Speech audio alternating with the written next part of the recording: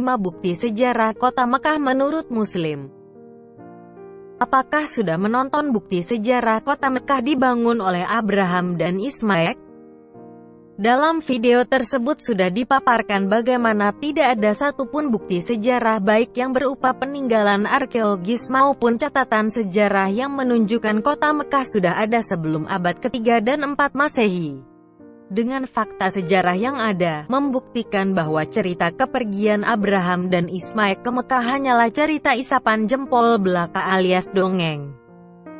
Namun seperti biasanya kaum muslim tidak bisa menerima kenyataan yang ada dan terus berusaha untuk membuktikan bahwa kota Mekah memang dibangun oleh Abraham dan Ismail atau paling tidak membuktikan bahwa Mekah sudah ada sebelum Masehi. Bahkan di Mekah pun terdapat sebuah museum Islami yang memamerkan peninggalan-peninggalan kuno dari kota Mekah. Dan salah satu peninggalan kuno yang dipamerkan di sana adalah tiang penyangga Ka'bah dari abad ke-7. Namun sayangnya tidak ada satupun juga benda peninggalan kuno yang dipamerkan yang dapat diverifikasi merupakan peninggalan sejarah sebelum Masehi apalagi pada zaman Abraham atau sekitar abad 20 sebelum Masehi. Dalam usahanya, paling sedikit mereka keluar dengan 5 argumen yang menurut mereka merupakan bukti sejarah yaitu Sumur Zamzam, Makam Ibrahim, Lembah Baka dari Mazmur 84, perayaan yang diminta oleh Musa dalam Keluaran 5 ayat 1, Kota Makoraba menurut Ptolemy. Mari kita coba telaah satu persatu apa yang disebut oleh kaum muslim sebagai bukti sejarah. Sumur Zamzam. Sumur Zamzam adalah suatu sumur yang dipercaya oleh kaum muslim sebagai tempat di mana agar mendapatkan air untuk minum ketika mereka tiba di Mekah. Namun sayangnya tidak ada satu bukti pun bahwa sumur tersebut sudah ada sejak zaman Abraham. Bahkan tidak ada yang tahu apakah sumur tersebut baru ada pada zaman Muhammad atau pada abad ke-3 dan 4 Masehi.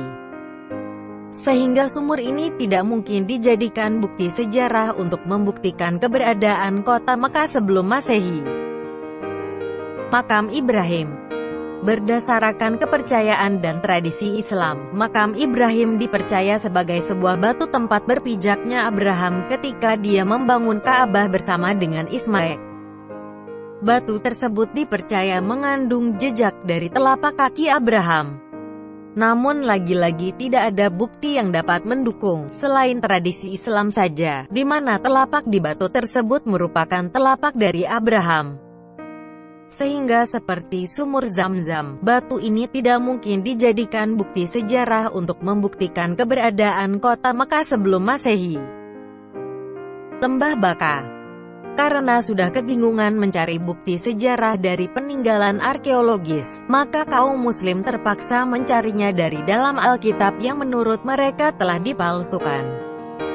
Mereka mencoba mengutip Mazmur 84 ayat 6 yang berbunyi, apabila melintasi lembah Baka, mereka membuatnya menjadi tempat yang bermata air, bahkan hujan pada awal musim menyelubunginya dengan berkat. Kaum muslim dengan bangganya mengatakan bahwa lembah Baka yang dimaksud adalah kota Mekah. Bahkan mereka mengutip sumber dari Wikipedia tentang Baka. Namun mereka hanya mengutip bagian pertamanya yang menjelaskan bahwa nama Mekah yang menurut para pakar muslim berasal dari kata Baka, walaupun hal tersebut masih diragukan. Akan tetapi lupa penjelasan selanjutnya mengenai Valley of Baka, di mana dengan jelas dijelaskan bahwa lembah Baka ini berasal dari kata Ibrani, Emekha Baka yang berarti lembah dengan pepohonan. Kata Baka yang sama juga dipakai dalam 2 Samuel 5 ayat 23 dan 24, suatu tempat sekitar 4-7 km dari Yerusalem di mana Daud berperang melawan tentara Filistin, yang disebut sebagai lembah Refaim. Kalau kita baca ayat selanjutnya dari Mazmur 84 ayat 7, maka jelaslah bahwa ayat di atas membicarakan perjalanan ke Sion atau Yerusalem. Sehingga tidaklah mungkin lembah Baka yang dimaksud adalah kota Mekah yang jaraknya sekitar 1000 km. Bagaimana mungkin Daud memilih jalan memutar melalui kota Mekah untuk menuju ke Yerusalem? Mazmur 84 ayat 7, mereka berjalan makin lama makin kuat, hendak menghadap Allah di Sion. Jadi jelas sudah bahwa lembah Baka yang dimaksud dalam Mazmur 84 tersebut tidak mungkin Mekah, melainkan lembah Refaim yang berada sekitar 4-7 km di sebelah barat daya Yerusalem. Perayaan yang diminta oleh Musa dalam Keluaran 5 ayat 1. Lagi-lagi demi terus mencari bukti, maka para pakar Muslim mencoba menghubungkan ayat yang diambil dari Keluaran 5 ayat 1, di mana Musa meminta kepada Fir'aun untuk memberikan kebebasan bagi bangsa Israel untuk melakukan perayaan di padang gurun, diartikan sebagai perjalanan menuju Mekah. Keluaran 5 ayat 1.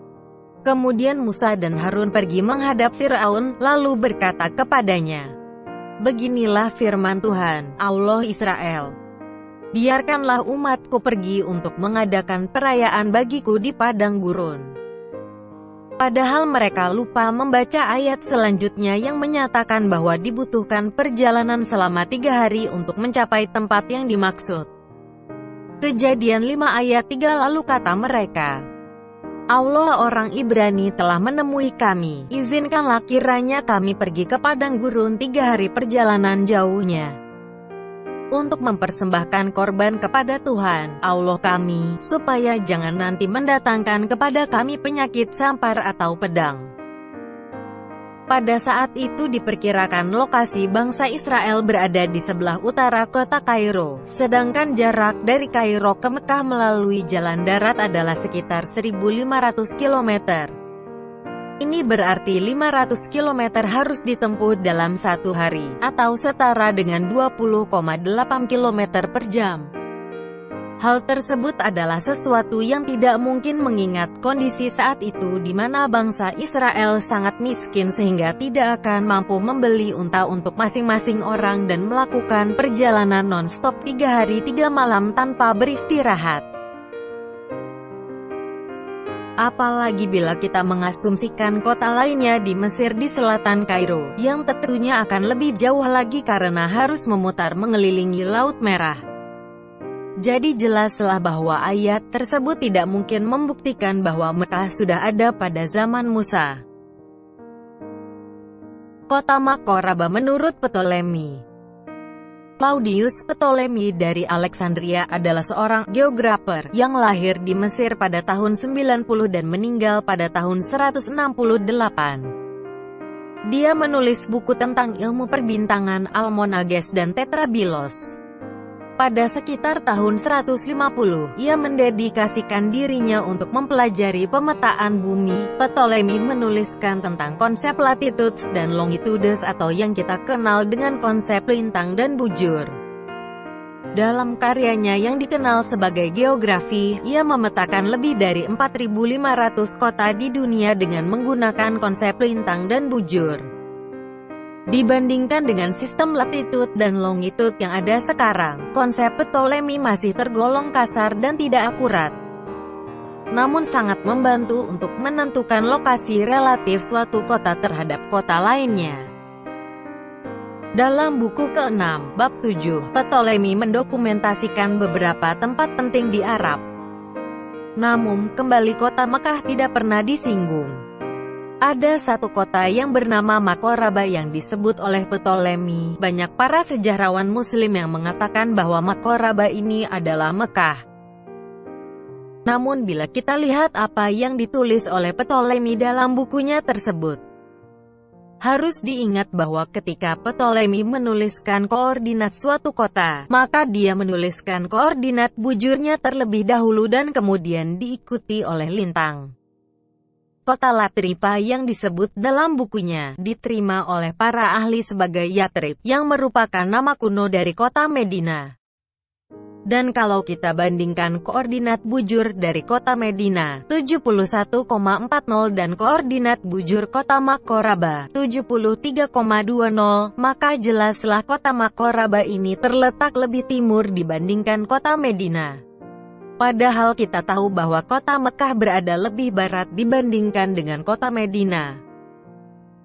Dan kalau kita perhatikan koordinat lintangnya, akan terlihat bahwa Ptolemy menempatkan Makoraba sebagai kota ke-6 setelah Latripa atau kota ke-5 setelah kota Karna yang diyakini merupakan kota kuno di kerajaan Main di Yemen. Sehingga jelaslah bahwa kota Makoraba tidak mungkin merupakan Mekah. Jadi jelaslah bahwa Quran hanyalah sebuah buku yang berisi cerita isapan jempol belaka alias dongeng. Dan ini sesuai dengan apa yang dikatakan dalam 2 Petrus 2 ayat 3 tentang nabi dan guru palsu.